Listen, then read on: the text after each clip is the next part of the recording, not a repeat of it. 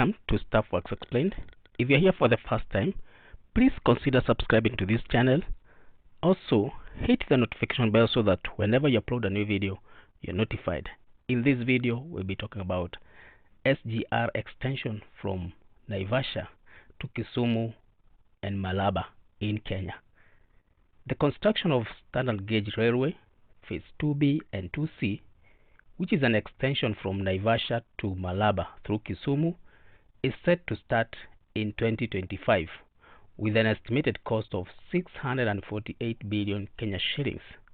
This was announced by Transport Cabinet Secretary Davis Chirchir while we welcomed a delegation from China at the SGR Nairobi terminus, where they were doing a feasibility assessment ahead of the groundbreaking ceremony.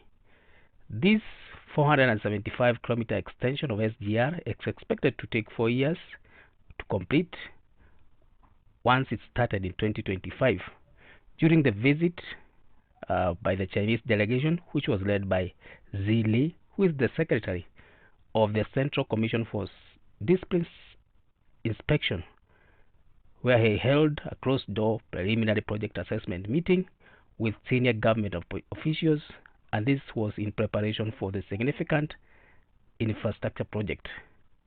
Principal Secretary for Transport Ministry, with Mohamed Daga, emphasized the importance of this project, where he stated that the government is in top gear to extend the line to Kisumu and then to Malaba, thereby allowing Kenya to connect with Uganda as well as Democratic Republic of Congo. This multi-billion shilling standard gauge railway extension is among the key projects resulting from the bilateral agreements between Kenya and China, which were established during the visit by President William Ruto in China in September 2024. The SGR extension to Malaba is part of the East African Railway Master Plan, which aims to replace the existing meter gauge railway in Kenya, Uganda, Tanzania, among other countries, with further extensions which are planned to Rwanda and DRC as well as South Sudan. President Ruto sought for funding for this extension from Naivasha to Kisumu during the September 2024 visit in China. He made a request for a loan to complete the construction of phase 2B and 2C of the SGR, which is now or currently at Naivasha. The SGR has been a major infrastructure project over the last 10 years. The initial phase of the SGR, which starts from Mombasa to Nairobi, costed 327 billion shillings. The subsequent extension from Nairobi to Naivasha, which is about 150 kilometers, costed another 150 billion. And the phases have been crucial in enhancing trade and transportation within the country. China has played a pivotal role in SGR financing in Kenya, with the first two phases, 1A and 2A, being financed by China. China has also been engaged in other projects in Kenya. The loans from the SGR are primarily sourced from the Export-Import Bank of China. They form a significant part of Kenya's external debt.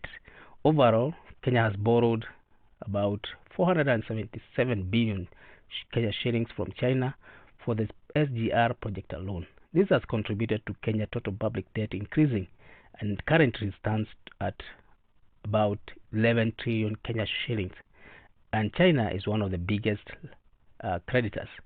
Phase 2B and of SGR from Naivasha to Kisumu will cost 354 billion, with the last leg of 2C from Kisumu to Malaba bordering Uganda will take another 115 billion Kenya shillings. Kenya's heavy reliance on Chinese loans has led to mounting debt obligation, with recent payments on the SGR loans becoming increasingly burdensome, partly due to depreciation of the Kenya shillings in the last 2 years.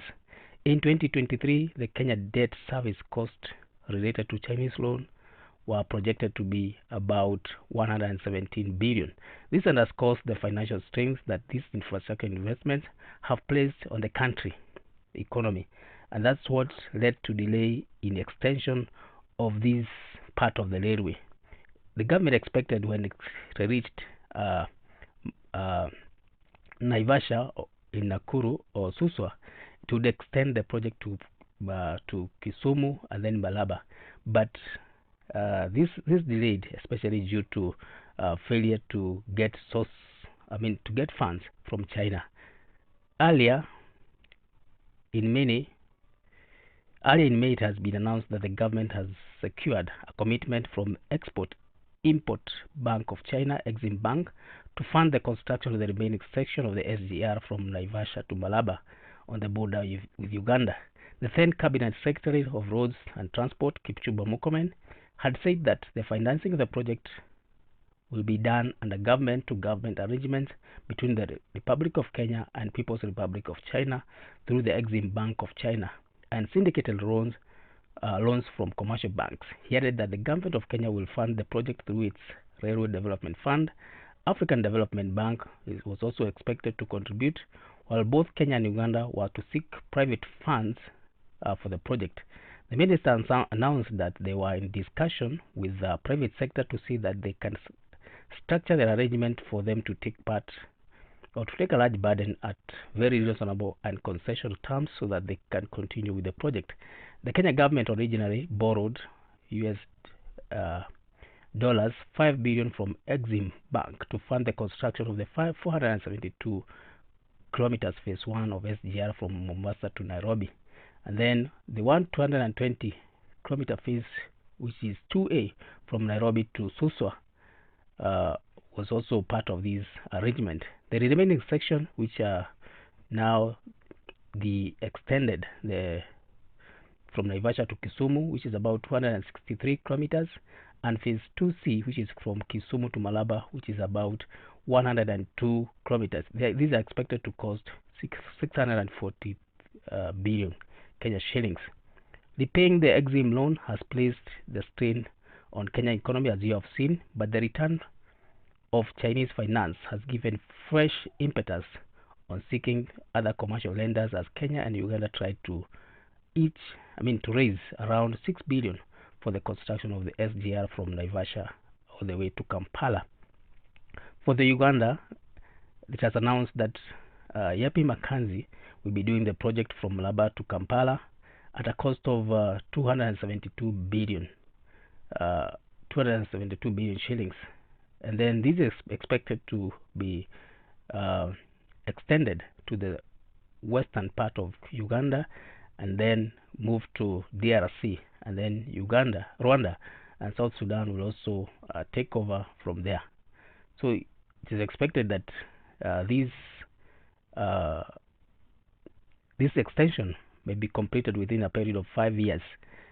Tanzania will be much ahead since it's expected that to have completed all the sections. So it will be interesting to see how these two corridors compete as far as transport of goods from the ports of Dar es Salaam and Mombasa are concerned. So be on the lookout to see how this moves, whether these projects will be started on time. Uganda expects to start its project this month, November 2024. Kenya has announced that to be doing its part starting 2025. So it will be interesting to see how this goes, whether these two projects kick off as expected and whether they will be finished within the stipulated times. With Kenya, we expect that this project will be awarded to Chinese contractors. Uganda has already awarded Yapi Makanzi of Turkey to construct the section from Malaba to Kampala. So it would also be interesting to see how the progress, given that Yapi Makanzi has delayed some sections in Tanzania.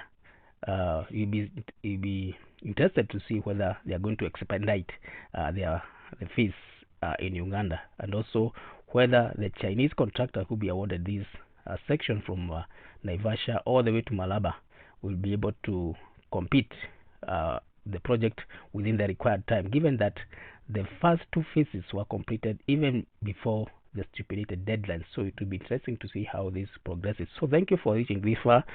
If it's your first time here, please consider subscribing to this channel. Also hit the notification bell so that whenever you upload a new video, you are notified. Thank you.